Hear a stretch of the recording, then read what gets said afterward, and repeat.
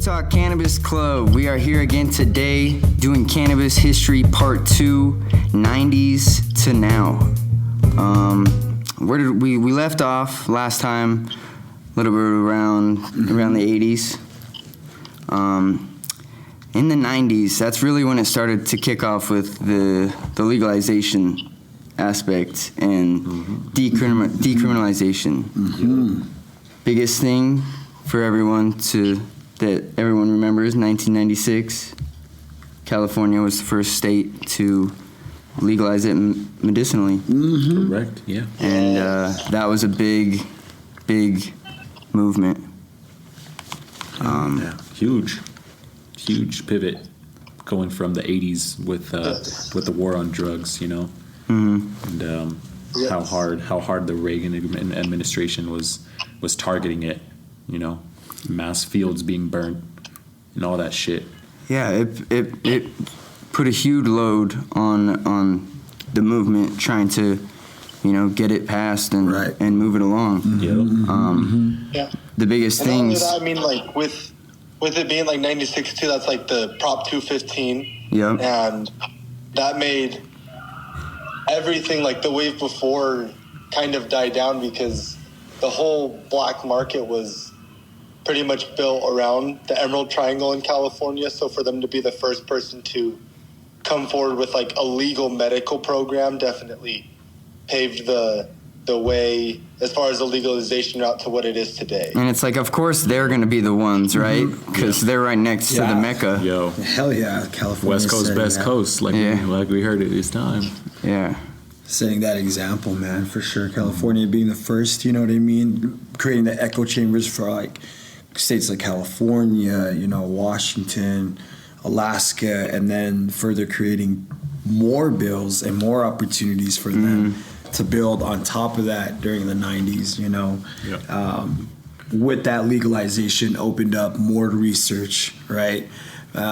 More bills, right? More policies, more reforms for patients and people, man. So that was super exciting for us to find out. Not only did we just find that out, but to further delve into that part of the California's history, creating that echo chamber for the rest of the United States. In that same year, it was in 96, because they started that movement, you know, people had to talk about it. So even during the presidential candidate, you know, they were asking them, hey, you partaked in college, you know, asked Bill Clinton, you partaked in college, you know, how about that? He's like, oh, I partake, but I didn't inhale. One of them, Just like, bro. Said he didn't get high his first time. And it's like, no, it's okay. You know, then he was just scared then. But it's changing. You know, times are changing. Yeah. And that was the kickoff.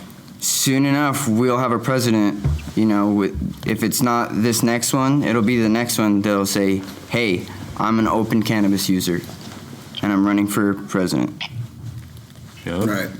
Not to mention Obama, you know, having a whole video of him smoking a doogie. Smoking a joint in college, you know, and, you know, that going public in, you know, what was it, 2008 when he was running. Right. But that honestly helped his run. It did. It did. He didn't do shit for him, but it helped him a ton.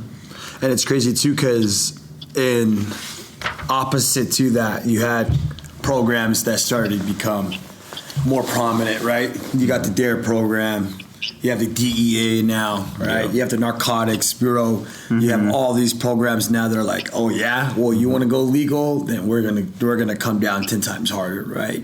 That's where you start seeing. Make sure it is legal, right? Right. They want to, you know. So now you start seeing the raids happen. Now you start hearing the stories of the choppers, right, in the mountains, right? You start hearing, you know what I mean? The double standard, because it's like, you know, the state would allow it, but then it's like at any moment the feds could come and bust your. When you think you're doing something right, and you're like, yes, I'm finally doing this right. I'm going about it right, and you have all that paranoia is away, and you get to do what you love. Well, during And- that time, those commercials were starting. I think it was probably a little later, but I'm sure you had big tobacco. Alcohol starting to come out with certain commercials. You know what I mean? Like, what's the earliest one we can remember where she's like flat against the couch? In the And she's couch, like, yeah. In the couch, and she's literally like, "Don't do drugs, Yeah. kids." You know what I mean? Say no. Right, and that's just Just like say the no. earliest that we Yeah, remember. Just say no was Just the, say was the no. Reagan Just say no. administration Right, so- that really ran Right. that motto.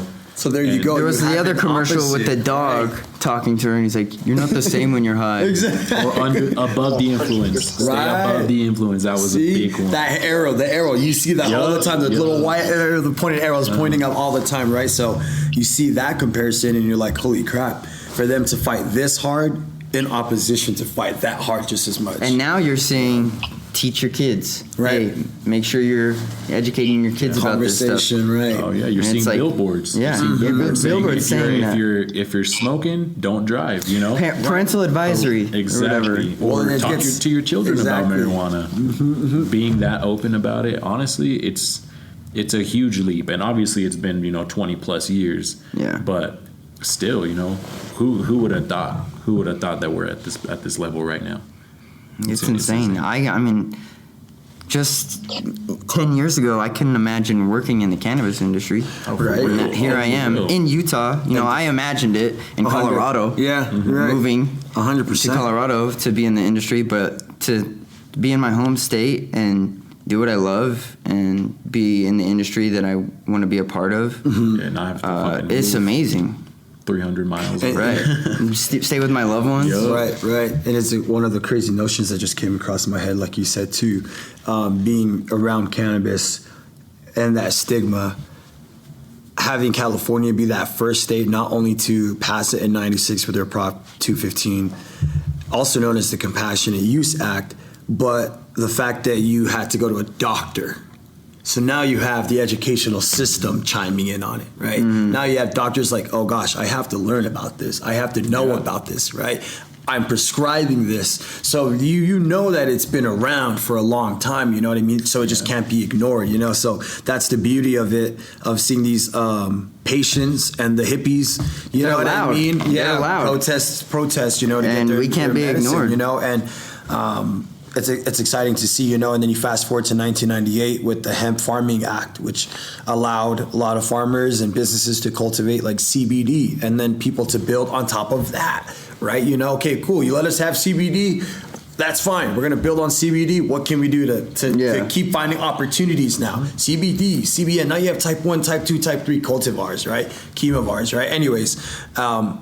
It goes as far Delta back as 8. like 2003, exactly, Delta 8. So it's crazy to see how fast different facets of society can become affected by cannabis, right? Institutions, educational systems.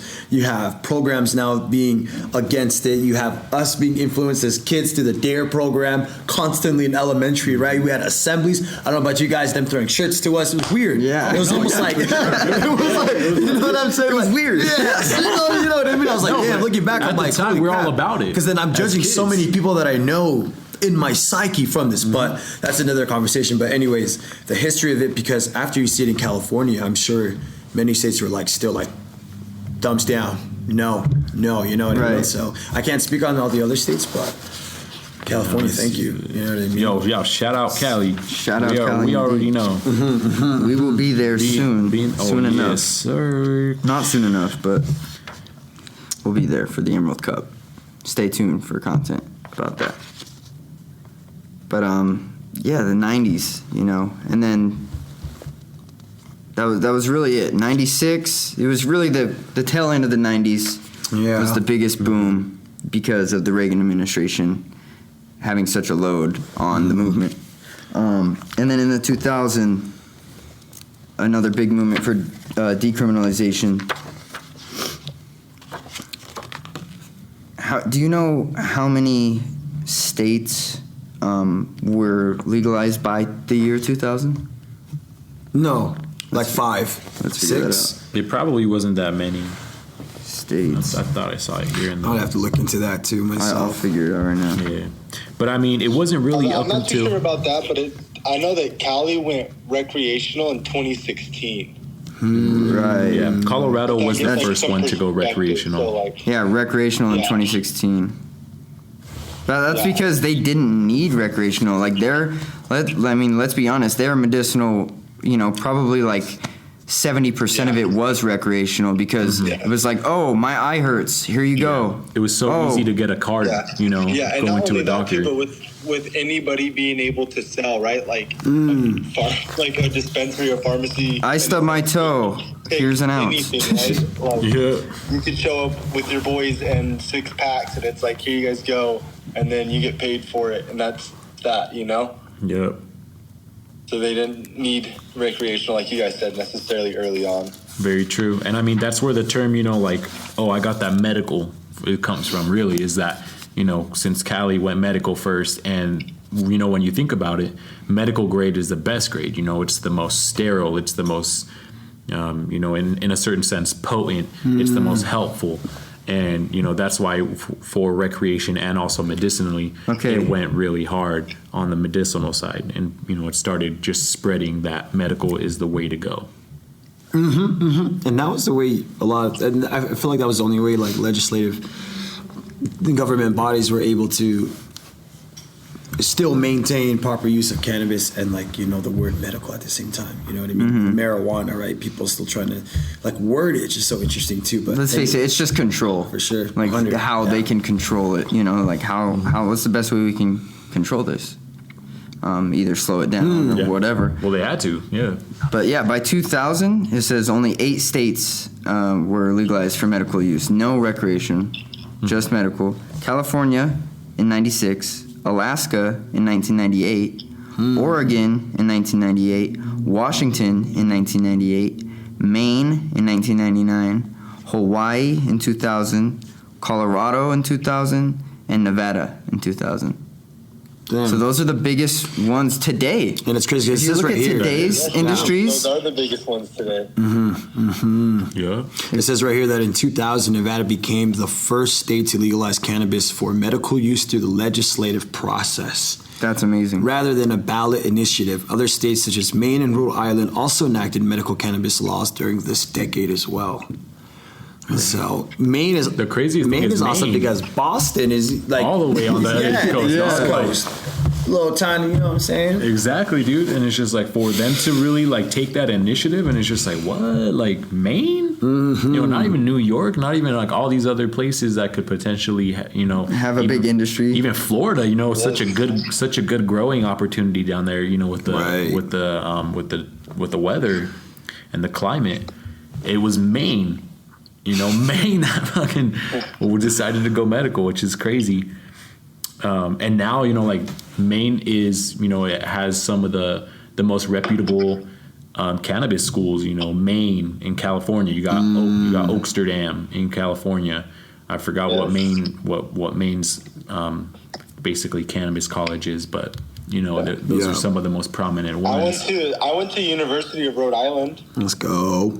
So Boom, Rhode Island too. definitely shout out them, you know what I mean? Yeah, I got a homie in Rhode Island, Sasha Hippie, Silenced Hippie. Shout out her. Nice. Hell yeah. But yeah, that's actually pretty crazy. I didn't even know Nevada went medical that early. Yeah, I didn't know. I didn't know that either. Or Hawaii. And if we're talking Yeah. history too, we'll expand worldwide and go a little global. Legalizing in other countries. Like Canada and the Netherlands continue to refine their approach towards cannabis. So in 2001, Canada implemented the marijuana medical access regulations, allowing patients to access medical cannabis all with the a medical doctor's bits. authorization. You know what I mean? So it was cool to see that Canada, even back in 2001, before America, creating their own medical bill. You know what I mean? So I think that was really cool. The Netherlands, right? With their tolerance towards cannabis cafes, right? You had, Amsterdam, right? So You guys remember 2012? That was the first year we actually had rec cannabis in America, in Colorado. Yeah. That's when And it was Colorado like, was. I crazy, remember yeah. the stores just went crazy. Sophomore year, man. Well, That's that's wild. yes, because that's right before that is Amsterdam. Everyone was going to Amsterdam. Everyone's like, you got to go to Amsterdam. You got to go there. You got to go there. Yep. And it's just like, why? Because you can walk in a coffee shop, and there's fucking weed. You know, you get weed at a coffee shop. What? And like, and then obviously, you know, that starts kicking it off. Oh, why do I have to have a medical card or a medical professional tell me that I can smoke or consume or grow or whatever? Right. You know. 100%. That's No, I'm with crazy. you, man. I agree. Yeah, 35 states have medical legalization, and 19. Well, I think there's more now. This is 19 that are rec. Yeah, I think it's more now. This is only 2020 to 2021. So I mean, yeah, probably. Not a very couple. many though. Yeah, just a few. But the it says 38 states in total have like a form of legalization. Okay, so 3 more. yeah, which any form is honestly it's a blessing. It's a start. You know. Right. The biggest boom was like, 2014. New York got medicinal. Did you guys know Maryland, Montana in Minnesota. 2004 Yeah. Oh, in 2004. enacted legislation allowing for the medical use of cannabis following the president's set by California? And also Vermont, also on the east side, 2004. Rhode Island, 2006. Hell yeah. Michigan, 2008. And what's New crazy is that, like, 2010. if we dive in a little deeper, you have these states that allow it, right? And then, like, it's like, what are they allowing, right, after that? That's true. Right. Because Florida. you're like medical use, and then you're like, okay, Yeah. but what about my medical use? You know, You're not allowing me to grow my own strain. You're not allowing me to grow my own RSO. I'm not You're not allowing me to have make flour. Right. Florida's the only state that seems to go backwards with a lot of things. Like, So it's almost like this tit for tat, like, all right, you guys get this, and I'm gonna take away from, you can't have both, and it's like, but in this scenario, we can, Yeah. because that doesn't apply to this conversation. You know what I Yeah. mean? Like, you know what I'm saying? You can't apply that. So, anyways, it's just crazy to see like the shift in what happened, right? It's like, okay, first it was only medical patients, so you had to go get a medical card. Yeah. You had to go through a doctor, physician. Then it was like, okay, then you had to go to a dispensary. Then you had to go through the confusion of choosing a strain. Right. And then you're like, damn, I just wanted the one strain that my they homie try to had, make you right? jump through hoops. You know what I mean? So Taxes on top the of that. more hoops, right? the less people are gonna partake. And then like also the world, I can't speak on it, but you also have the world watching. You know what I mean? What was America doing? You know what I mean? What steps is America going to take? You had the war that was going on too. The Bush administration, Afghanistan, Yes, right in the sir. early 2000s, right? You had the oil and the poppy fields, right, in Afghanistan. So it's almost like, was there marijuana? Did it play in there somewhere? You know what I mean? Was the trafficking in the black market? Because it was huge there. You know what I mean? The 2000s, it was huge for black market in cannabis. That's all you hear people talk about. It's the 90s weed. You know what I'm saying? Bring back that 90s crazy That shit. 90s yeah, back. man. That 90s loud, and then we don't know about it because it's been gone for a long time, but that is that other side of history where it's like, dang, thank you for allowing us access to it, but you also took away and cut my left hand at the same time. You know what I mean? Very true. Very true. So it sucks that it came to that amount. And then on top of that, do people choose the lawmakers on top of that decriminalization in those states, right? Are you allowing patients when these states to go rec? You know what I mean? How long do they have to listen to the patient before they take action and initiative to keep going? You know what I'm saying? Before some states are like, you know what, scratch, throw away. Another year, oh what, you know what, scratch, throw away. Another year, oh what, scratch, throw. You know what I mean? So it's Or like one little thing that they're like, oh, homegrown? No, we don't want that. Exactly. Pass the bill next year. and it's always the same thing. You know what I It's mean? just bureaucracy, to slow dude. down access. Well, let's fast forward a little bit even more, right? You got like 2014, 2010, like you guys said with Colorado. Colorado setting the precedence for the other states. You know what I'm saying? Michigan, you had like Florida, you know what I mean? New Mexico, now you have Arizona, you know what I'm saying? Now you have the, Washington, even Oregon. So, and then not only that, the repercussions of what happened because of that, allowing mass production. Right now, you have some Very states true. that are going downward trends. Some states that are suffering. So that's Very the flip true. side of it, right? But none of these states are complaining once it's legal. Exactly. They're like, oh, look at all this money we could use. Well, yeah, and especially not the federal government either, because the way that the taxes are being taken out of the businesses. They're making their part. They're making more than their part. And that's why it's like, damn, dude. Like that's why businesses are suffering, and that's why like in California, business owners are still having to sell black market even though they have a shop, even though they're completely legal, it's like, damn, I can't even pay my expenses with how much money I have to pay to taxes. So I'm gonna have to do what I gotta do under the table, and then we'll go to pay my fucking bills. And then you go even further. You guys talking about different markets and stuff. I think one of the ones that went through like the worst like dip would probably be like Oklahoma, with how many like licenses they approved all at once, and then how big that they were in total, right? Like you had pretty much everybody out there growing in like 40-acre fields, and so like prices dropped down to like $400 or $500 a pound because like there was so much weed there. And so that's kind of like the problems that you guys are saying, like going maybe legalizing in a state too quick, and maybe not looking at what other states have done to better their situations. Like it kind of looks like everybody has to go through this trial and error rather than picking up almost like at the forefront. 100. Well, that's very true, and it also depends on the legislature in the state, because I think Utah, as much as like there's so many limitations here, I think they've modeled it in a very good way to not allow that to happen, but at the same time they've restricted it a little too much to the point where it's like, oh damn, there's only 7-8 pharmacies in the whole state, dispensaries. There's only 10 cultivator licenses, right, or something like that, and it's just like and that's why it's like this market has so many of the same strains and so many of the same products. Everyone's mimicking what Colorado's doing, everyone's mimicking what Nevada's doing or what California's doing, and then everyone's mimicking each other, and it's just like it's time to it's like spread. It's been long enough. The market now, so it's like I can understand. Oh, let's start with this, see where we go from there. Mm-hmm. But it's like, hey, we need more. Like, we need more diversity. For reference, Oklahoma has 4,600 active licenses. Damn, right? that's wild. And it's crazy because it's only 1,500 for a license if you live there. Like here, it's like the 15, right, or 16 or something like that. I'm not too sure, but under like 25 here. And then, like, you go to a different state, it's 4,600. Is that cultivator licenses? Yes. Holy. Yeah, they're just passing them out like candy. Well, you have to know someone that you can know someone. If you know someone that lives there, apparently, and is a resident, you can potentially start one. Or if you're a resident there, they blocked it to where you can't be an out, but that means everybody in there can just walk to. Now that you got dispensaries like smoke shops everywhere in every corner. Yeah. My brother went to Colorado recently. He's like, dude, I went to a fucking dispensary and that shit looked weird, bro. It looked like a smoke shop, like a weird ghetto smoke shop. And I was like, it's everywhere out there. It looked ghetto, in Colorado. He's like, it looked weird, and I'm like, damn, that must be nice. Because you brought back a really nice rosin pen. That's good. Dude, the products there are great. I love going to the Colorado. You know what I'm saying? I do too. The differences between states, because like Oklahoma, it's $2,500 to apply for a tier 1 license. So that's up to a 10,000 square foot facility.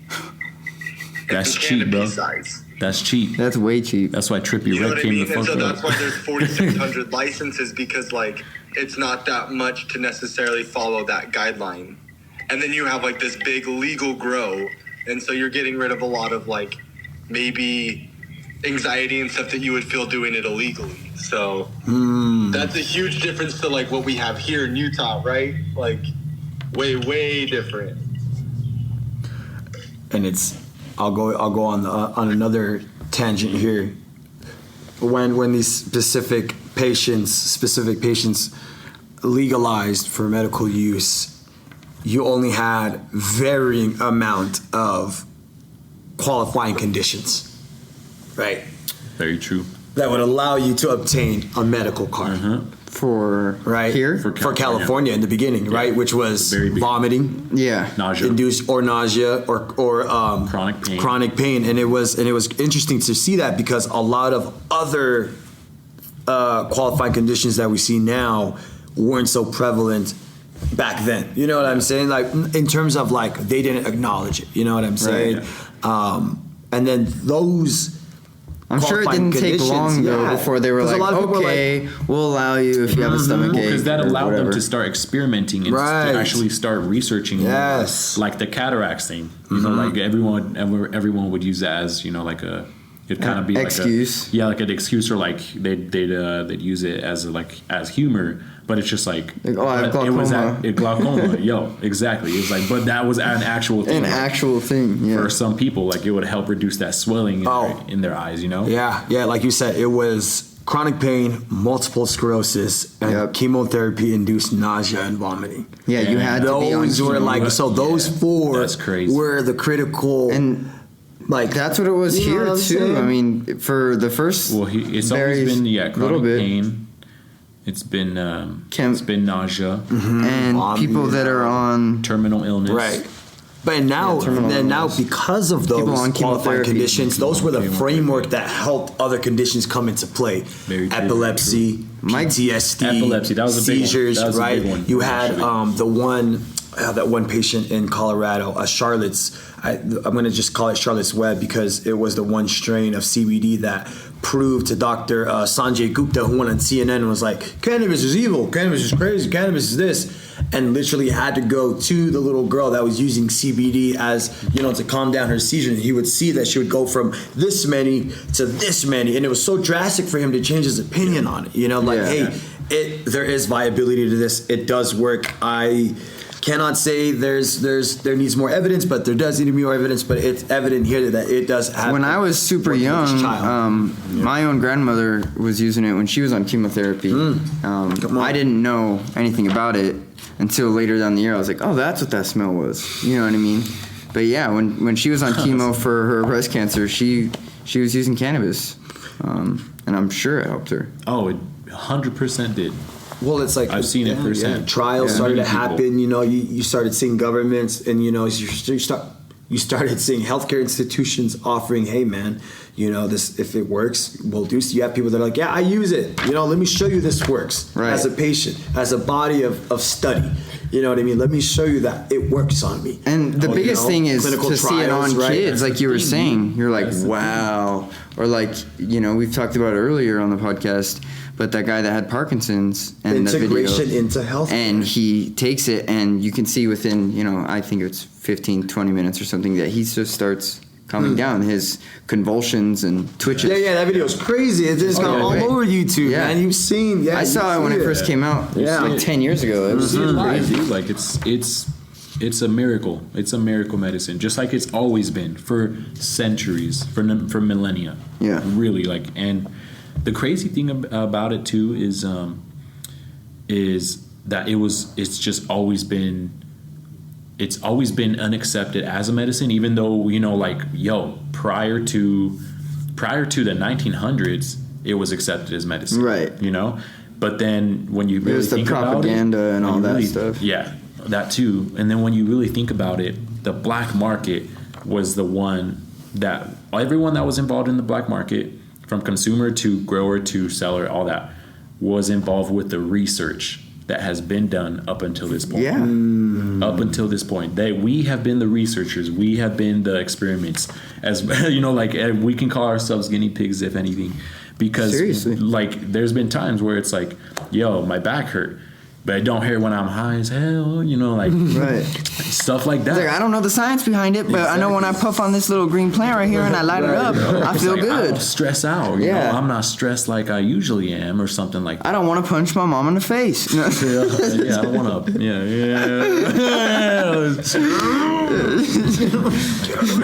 Melt away.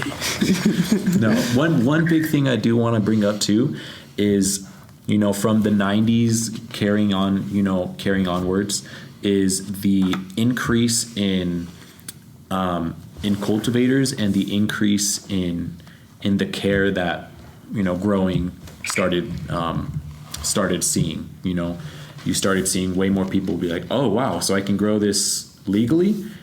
Now let's start putting all our eggs in this basket and start putting all of our effort into finding the best bud.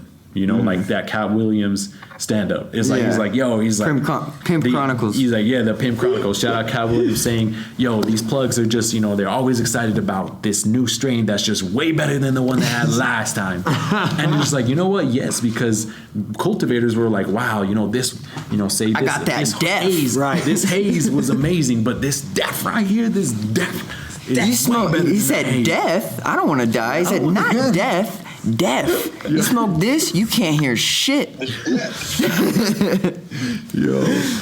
And I saw. Sorry to go off topic for a little bit, but I saw a little video of Joey Diaz. He's like, I call this concussion OG. Because when I smoke it, it gives me a concussion. Got me walking around like a quarterback. Yo, that's part of the culture. You know how that whole medicinal or the medical program in California really helped that start blooming. You know, pun intended. Is really what it made happen in the 90s and into the 2000s and into the 2010s and onward. And let it flourish. 100%, man. As I'm looking up here online, you start to see that the power that these states laid, right? The groundwork and the framework for other states to follow. You know what I'm saying? And that's the beautiful part. We have in 2024, you not only have a cultural shift, but you have a media shift, right? You have this international shift, right? All eyes on America's Humboldt Triangle, the Emerald Triangle, right? People all coming eyes to California on the for black marijuana. market, right? It's like, oh my gosh, how did this pack from California end up all the way mailed to me? You had, the Silk Route, you know what I mean? The Black Web, you know what I'm saying? The Silk Road, the Silk Road, you know what I'm saying? Sorry, confuse that with the Silk Route on Instagram. It's a play on the Silk Road. Anyways, with the Silk Road, I have stories of friends that are like, yeah, I had a seed pack that ended up in my house. I don't know how it got to me, but it said it was from Spain, but it's probably from Morocco. You know what I'm saying? Because they had to use some address to get it somewhere. You know what I'm saying? Like, so the 2000s was wild, with packaging and the rise of the .com and the internet. As soon as what happened, distribution. Bitcoin, as soon as Bitcoin came up and cryptocurrency came through, people were like, what? Untraceable? Right. So you started using like anonymous. They started using that crazy on the Silk Road and the Black Web, like you said, just... Yeah, so you started seeing all these drugs on the websites, these dark pages, these forums, right? These chats, right? Where you can just access, and then you had to know somebody to know somebody to know somebody. You know what I'm saying? So it was still that bad back in the 2000s, at least in my opinion, because when you hear the OGs talking about it, they talk about it like it's that bad. They're like, yeah, we had to go still smoke behind, in the garbage can without making sure no one was looking. We still had to hit up, make sure there was no one close by. You know what I mean? Like nowadays, we're like, what? You know what I mean? We just look, but it ain't nothing like that. I don't know what that's like. You know what I'm saying? So that shift from there to now, right, is crazy. The laws that change. Yeah, and I mean, depending on where you lived, of course, you had to take that. You had to take that precaution. Risk. Like if you, 10 years ago, started smoking. 10 years ago, I'm like, if I lived in California, nobody's tripping if you're smoking a joint. But out here in Utah, it's just like being teenagers is like, yo, we need to go smoke. Being smoking where there's a church on every corner. Right. Like, don't be like 20 feet within no church or no school. I'll be smoking on the church premises behind the dumpster. Catch me behind the dumpster on the church, bro. I mean, dude, we take risks. And it's like that's part of the culture, and it's beautiful, it's funny, but it's also like it's wild. It shouldn't be like that. No, and I think that's definitely part of it. Is back then, like, you still had like the stigma around, right? Like we brought up like Dare Above the Influence. So like overall, like there was this huge stigma that it was still bad. So everyone was still trying to hide. And I wouldn't say it wasn't until I want to say like 2010 probably when like vape pens in general started coming out and being more mainstream and stuff. It was later, even later than that. Yeah, it was like 2014, maybe 2013. Way later is like when you started seeing like tons of stuff come out about it, and like I think like those kicking off like memes and like bunches of like memes being around and things like that is like what slowly like got people to actually want to go consume out in public and like really not care, right? Just like, oh yeah, like you want to hit this pen coworker, you know what I mean? You want to hit the Benjamin. Yo, I mean, and I love that, people are like, because obviously pens are so big in the industry right now because of their conspicuous nature, or their inconspicuous nature, their ease of portability, convenience, their convenience, dude. And it's just like, yeah, dude, like if you get a good ass pen, you're passing that shit around, you know, like a joint. But yeah, it don't smoke like one, it don't stink look like one, and everybody's hitting nicotine as well on these electronic pens, so nobody knows. And it's like, nobody knows unless you know, unless your nose knows, unless your nose knows. But it's like we see people passing around vapes, but nobody passes around cigarettes. Yeah. So the probability of someone getting, you know, pulled over or like getting stopped by a police officer or something for that is very minuscule now, because it's like they can't just roll up on someone because, I saw you smoke, leave your mouth. It's like, we're smoking nicotine. Well, that reminds me of what was introduced a little earlier than that. Than what? Edibles, right? Than vape cartridges. Edibles have been a thing since you had these varying products, 70s, right? You got 80s. these varying products that, you have the brownies. Well, like being more involved now, like gummies. Classic. Right? Gummies that were now you can pop into the mid-2000s, creating the vape cartridge game, the topical game, right? More so in terms of legalization. You had this array of products that people were using, like you said. You get pulled over and you're like, yo, man, this is just for my pain, dog. It doesn't even cross my blood-brain barrier. Or, hey, man, I used this THC 30 days ago. It's not even in my system. I haven't even used. You know what I'm saying? So, anyways, a little different tangent side that I wanted. No, seriously. Yeah. Well, that's how products started becoming more prominent, is because obviously the medicinal side of it, diversification, topicals, and everyone that was doing it in the black market, in the 70s, like 80s, you said, they 90s. Were the research and they were the teachers, essentially. Tinctures have always been, tinctures have been used throughout history. Oils, oils, and topicals. I mean, that's ingestion. Cannabis brownies were way before medicinal legalization. Way before, even concentrates. The crazy thing about concentrates. Well, my dad, was in the Navy and smoked some finger hash from Egypt. Exactly. There you go. Man, those guys have hashish. 100%. Hashish is thousands of years old. Thousands of years old. And that's the oldest form of concentrate, Yeah. And, if we're talking about America, like actual like solvent extraction was actually started in like the 70s or 80s, And just like Wes said, around 2010 and after that is when the mid shatter was really, a big part of it. And then all these other concentrates really started coming about. Yeah, to make it more convenient and just... Well, also to just get way more medicated than, because for a lot of people, they were dosing every day, they were using every day, and it's like you obviously hit that tolerance. So it's like, how do I get more medicated? And here came about concentrates, which are used in everything. They're used in botanicals, like essential oils. It's the same. It's basically the same process. It's concentrated lavender. It's concentrated tea tree. Right. They just took that and transferred it over to the cannabis industry, and voila, we have dabs, we got rosin, we have all these other things. Right. It's wild, man.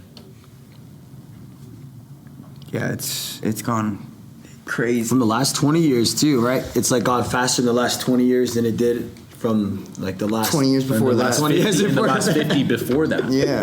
Yeah. So that's what I said. Like the big boom was like 2012, and then you just see all these states follow along. Mm-hmm. Oh yeah. And not only states, we're at 38 countries, right? And countries, and now we're at 38 states. Portugal, Thailand, not going back on it, right? Some sort of concept of legalization, legal marijuana. What's it going to be like in 5 years from now? Is it going to be? Hopefully, it's federally legal or something at that point. Yep. Right. Very true. We praying on like a federal side. But even if it's federally legal, is there still going to be a state that's going to be like, oh, we don't want it? Well, for sure. There's some states right now that have like Florida. Yeah, there's some states, that will be like, all right, you think you can, come up with a law that we have to abide by, then we don't have to. Texas do whatever they want. I know Idaho has all forms banned, so CBD, THC, like everything's banned in Idaho. Right. Yeah. Yep. And even then, go to like a gas station and get they keep having a ballot show up, and it just keeps getting scratched. Taking that time. So yeah, I was thinking about this today. Honestly, we were listening to a podcast about descheduling as opposed to rescheduling. And obviously, like they were talking about, like what's the benefit of both, pros and cons and whatnot, how it can happen. And in my head, all I could think about was, whenever we all talk about it, it's like, this would be great because, rescheduling would do this, but descheduling would do this. But at the end of the day, at the end of that conversation, we're always like, well, we're going to have to see, because it always gets pushed back. I hope it happens within the next year. Everybody's scared of big pharma. Exactly. Taking over. At which, we're already seeing huge companies shops like Curaleaf take over and, just making a commercial weed just, in and out. Yeah. But what I really thought about was what has to change is not, these ballots have to keep popping up or whatever. It's the ideology of people that take office. Right. It's that ideology that that they just like, this isn't priority. We're gonna leave it for later. For sure. And it's like, it's obviously everybody that came up in the Reagan era, and so on, that they don't really see the importance of it.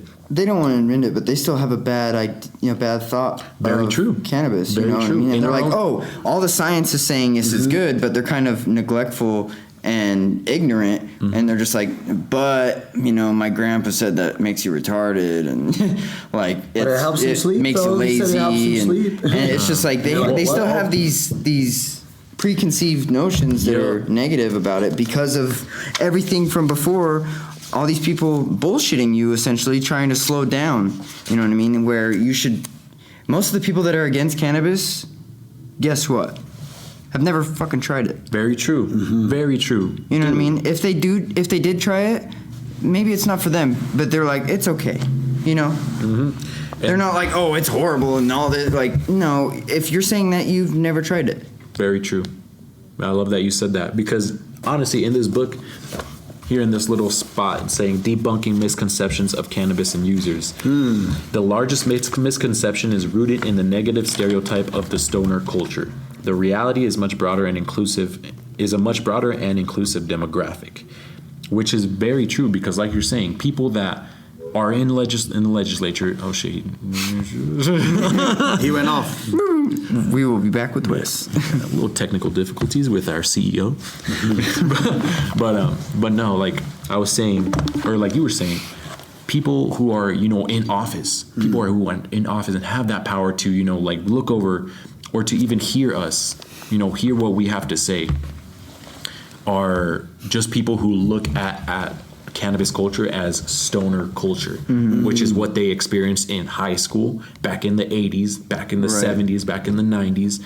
And where it came much further along. Much further than that. And it helps so many people that they have maybe never came in contact with, because their family members or whoever they come in contact with that is experiencing these medical issues are still taking traditional pharmaceuticals, are still taking Tylenol, are still taking ibuprofen. Right.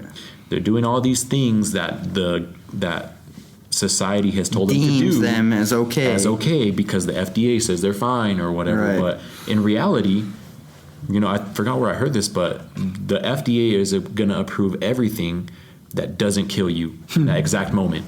Gotcha. But guess what happens in the next 5, 10, 15 years that you use all those things? We all know the FDA's profited by just big money. pharma. Yeah. Honestly. They just got who's got the pharma money? and food Okay, companies. that's all right. Pfizer, okay. Legit. Here, everybody take this shot. It's like, what the hell? Yeah. FDA, And I like think that that's just. probably where everybody gets the most worried, is if like those are the people that end up taking over. Right. If like, you know what I mean? Yeah. For cannabis's concerns, if like they're the ones that are like the main cultivators, and so it's like you can go get like very cheap mid-grade product. It doesn't really give you the effects you desire, but like it's just affordable, so you go get it. Or maybe you don't know better, right? Yep. So I know like that's like the biggest fears as far as that's concerned, is like those companies taking over the cannabis world too. Very true. That's a big fear in the culture, is the Walmart weed. Yeah. It's the Walmart weed. Well, and that's why Straight up. when you look Walmart back, weed. The Wally World weed. yeah, and that's why you're super grateful to the counterculture, right? Of the small farms, keeping the right? small batch alive. Small batch. These guys that continue to grow, The connoisseurs. and not only that, the but time continue into to advocate when they go up to the offices, right? When they go up Right. to the senators, Stand for the when people. they go up and they have these preliminary talks, right, with politicians. These guys are the reason why it continues to float in the air, right? Yeah. When the medical cannabis bill became legal in 2020, if I had known when I was smoking in 2019, I would have been there up in the hills, but your boy was lost in the clouds. So, but you're grateful for the framework, like I said, That they set. Yeah, that it lays down. And the know what I mean? big So- push that they put on the movement. Right. So shout out to y'all. Yeah, Thank the you. counterculture, Honestly, man, yeah. like keeping it alive. And it's not necessarily the black market, but it's those that continue to try to, Maybe it was the black market, You know but what I now mean? it's moving into the light. right, and they're changing their name. Maybe they were just Very like true. some ma and pa's that were growing in Humboldt for the last 50 years. You know what I mean? And now they can come to light.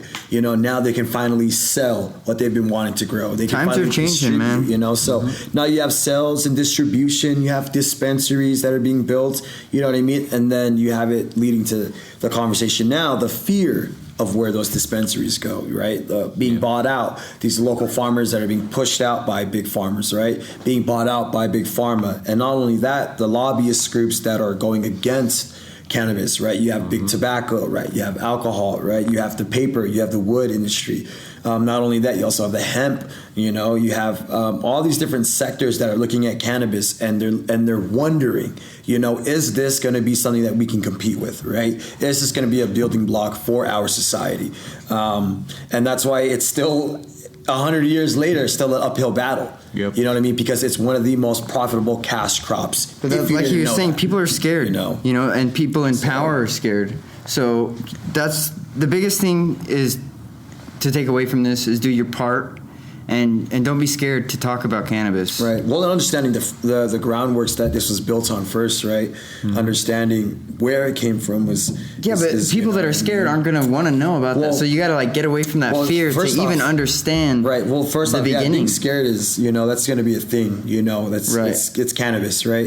Everyone's going to have that fear, but it's just more so banding together, right? It's more so and being groups. okay to talk about It's it. more so advocating for medical groups and caregivers, right? It's supporting bills because all you're gonna being fearful is you're just gonna be fearful, Right.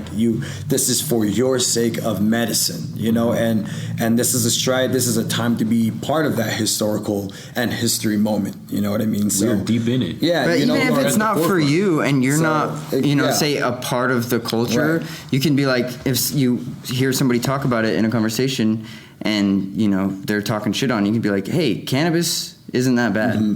Actually, you need to do your research. Because now the fear is, where's cannabis going to go in the wrong hands? No longer is the conversation because we have know access better, to right? medical card, right? Yeah. You can get those things, right? There are resources now. Now it's like, holy crap! Now we just don't want cannabis to end up in the wrong companies, right? Now I want my medicine to be produced well, right? To be high quality. Can you go to the small craft guy and get that strain that I want? You know what I mean? Can I ask him? No? Okay, then. Well, back to the black market I go. Yeah. You know what I'm saying? And now we still create this tension between society and its citizens. Politicians. Like, for instance, you just had Fat Joe with Kamala Harris. You know what I mean? At the White House, just talked a couple days ago. And what'd she say? We need to legalize marijuana. First off, why are we still using that word? Can Yeah. you say cannabis? You know what I mean? And this is all, and I don't mean to get all political, but it's elections. You know what I mean? Every election, you have presidents that want to, They just use it for power. It's a puppet, we're going to, it's a fish. It's a fish. Exactly. So It's a that's carrot where on we're the at right line. now. You know what I mean? But like JJ said, you can't be fearful. You know what I mean? But if you are, speak up, because at the end of the day, here we are doing the same thing. We're talking about the medicine, and talking about the history is important because some of these groups are still here today. A lot of these groups. And if you do have questions and you are scared, ORML, right? If you do have questions and you are scared to talk about it with people around you in your personal circle, hit us up. Yeah, talk to us at UCC, man. and Sure. we'll be there for a discussion. Honestly, yeah, that's a great way to put it because especially Raising a lot of awareness. new users, a lot of new users, especially from especially from being, like being 40 and above. A lot of them have lived that stigma of, oh no, I'm not a stoner. I don't want to be a stoner. Right.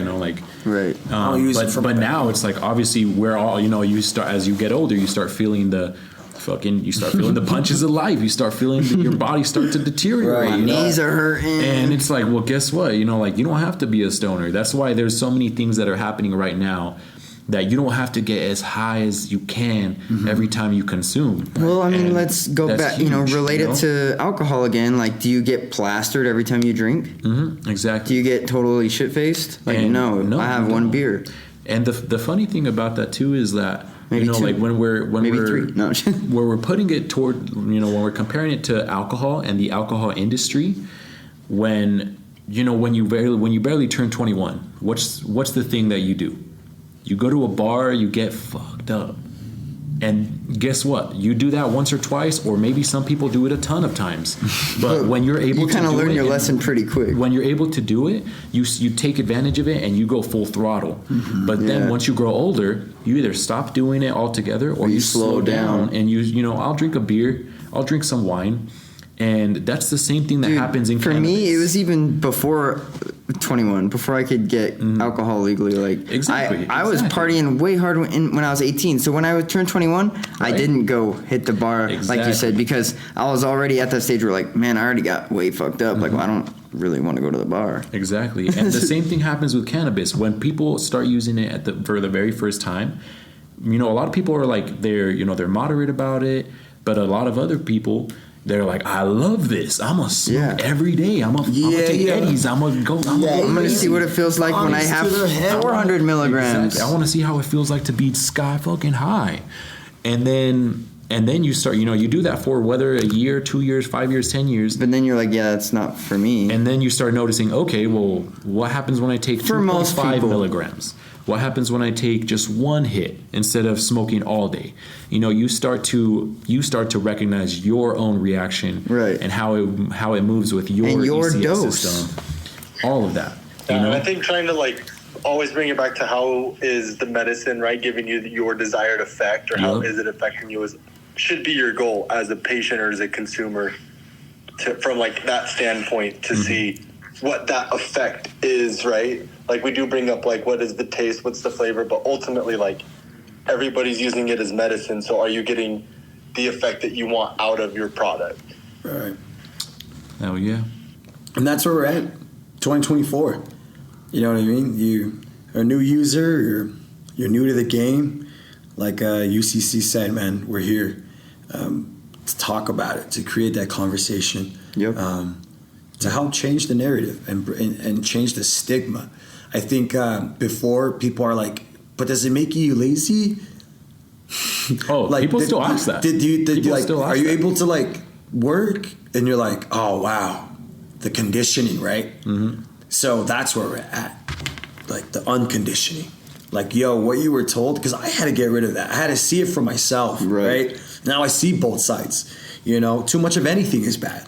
Yep. You know what I'm saying? So it's just the same thing with cannabis.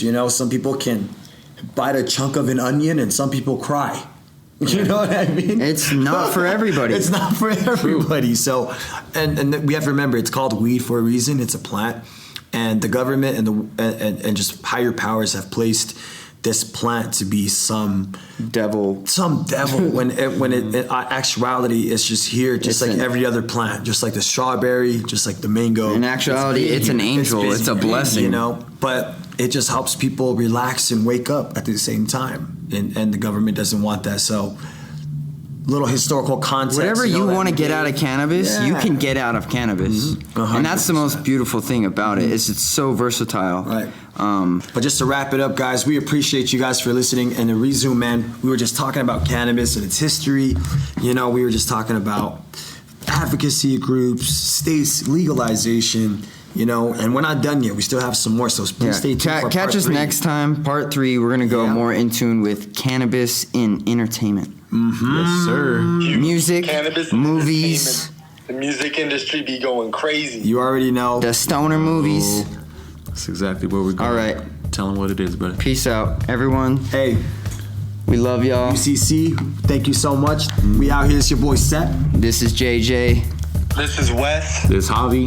Peace out, y'all. We out here. Peace. UCC. UCC what it is? Hey, there you go. I was waiting for you. Gang.